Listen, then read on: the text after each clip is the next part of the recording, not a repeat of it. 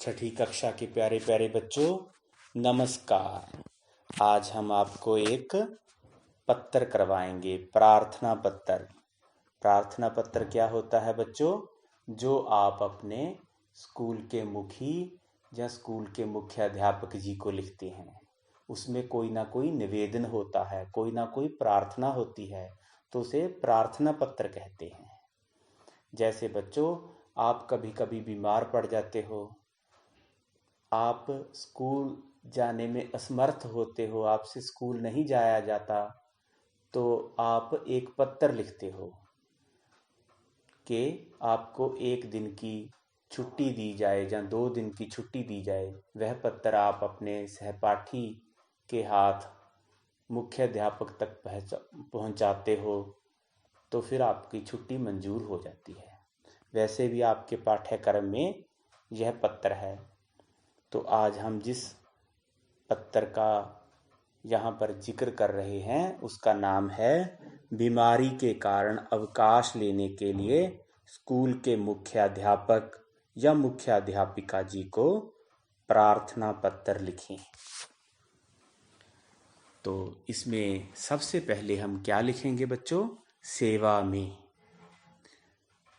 जब हम सेवा में लिखेंगे तो इसके बाद कोई कॉमा नहीं लगाएंगे, जहाँ कोई डंडी वगैरह नहीं लगाएंगे, बस सीधा सेवा में लिखेंगे।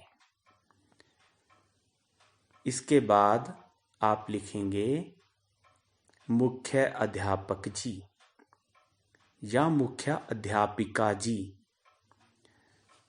यदि मुख्य अध्यापक लिखने हैं तो उसके स्पेलिंग होते हैं म को छोटे उ की मात्रा, आधा ख, य को आ की मात्रा। मुख्य आगे पाएंगे आप आधा ध, य को आ की मात्रा, प क। मुख्य अध्यापक।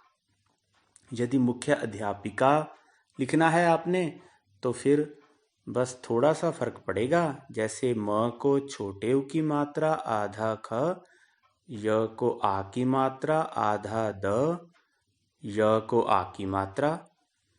यहाँ पर प को छोटी की मात्रा और क को आ की मात्रा अधिक लगा देंगे तो मुख्य अध्यापिका ऐसा बन जाएगा। तो लिखेंगे सेवा में मुख्य अध्यापिका जी।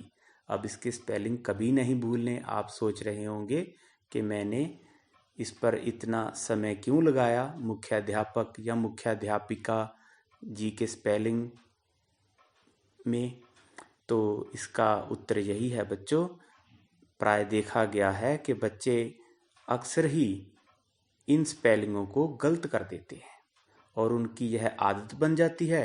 फिर वह बड़ी कक्षाओं में भी जाते हैं तो ये स्पेलिंग गलत होते हैं। तो अब आपको तो आ गए ये स्पेलिंग, आपने सीख ले भली बात। आप इसको 5-6 बार लिख कर भी देख लेंगे तो कभी नहीं भूलेंगे। मुख्य अध्यापिका जी, फिर लिखेंगे सरकारी हाई स्कूल। अच्छा, मुख्य अध्यापिका जी लिख के कॉमा, उसके बाद सरकारी हाई स्कूल लिखकर कॉमा, ये जरूर ही लगाना है। सरकारी हाई स्कूल के स्पेलिंग तो सभी को आते हैं। उसके बाद आप लिखेंगे अपने गांव या शहर का नाम। जिस स्कूल में आप पढ़ते हो वो कौन से गांव या शहर में पड़ता है उसका नाम लिखेंगे और उसके बाद लगाएंगे डंडी। जैसे यहाँ पर हमने लिखा है बुर्ज मानसा, तो डंडी। उसके बाद लिखेंगे श्रीमती जी, कॉमा। यदि मुख्य अध्यापिका जी को लिखना है तो श्रीमती जी लिखेंगे। यदि मुख्य अध्यापक जी को लिखना है तो श्रीमान जी लिखेंगे। श्रीमान जी लिखकर या श्रीमती जी लिखकर क्या लगाएंगे? कॉमा। उसके बाद हम लिखेंगे सविनय निवेदन है, या तो आप सीधा ही लिख सकते हैं कि प्रार्थना है कि, या लिखेंगे सविनय निवेदन है, या आप ऐसे भी लिख सकते हो निवेदन यह है कि मैं आप जी के स्कूल में छठी कक्षा का या की छात्र हूँ या छात्रा हूँ। यदि आप लड़की हो तो छात्रा हूँ, यदि लड़के हो तो छात्र हूँ। मुझे कल स्कूल से लौटने के बाद से बहुत तेज बुखार हो गया था, इसलिए मैं आज स्कूल नहीं आ सकता या सकती।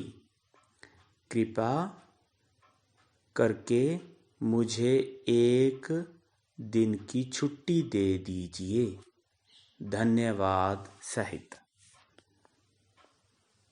फिर आप लिखेंगे आप जी का आज्ञाकार या आप जी का आज्ञाकारी। यदि आप लड़की हो तो लिखेंगे आप जी की आज्ञाकारा। फिर आप अपना नाम लिखेंगे, उसके बाद रोल नंबर लिखेंगे, फिर कक्षा लिखेंगे और तिथि या दिनांक लिखेंगे। तो इस प्रकार यह आपका पत्र हो गया, प्रार्थना पत्र। बीमारी के कारण अवकाश लेने के लिए, छुट्टी लेने के लिए प्रार्थना पत्र। यह बहुत ही उपयोगी है परीक्षा की दृष्टि से भी, और वैसे भी यदि आपने कभी अवकाश लेना है, छुट्टी लेनी है, तो भी यह आपको लिखना पड़ता है। तो आप इसे भली भांति समझ गए होंगे। इसके स्पेलिंग याद कर लें और इसे अपनी कापियों में नोट भी कर लें, और अपने सुझाव हमें कमेंट्स बॉक्स में ज़रूर ही लिखकर बताएं। धन्यवाद।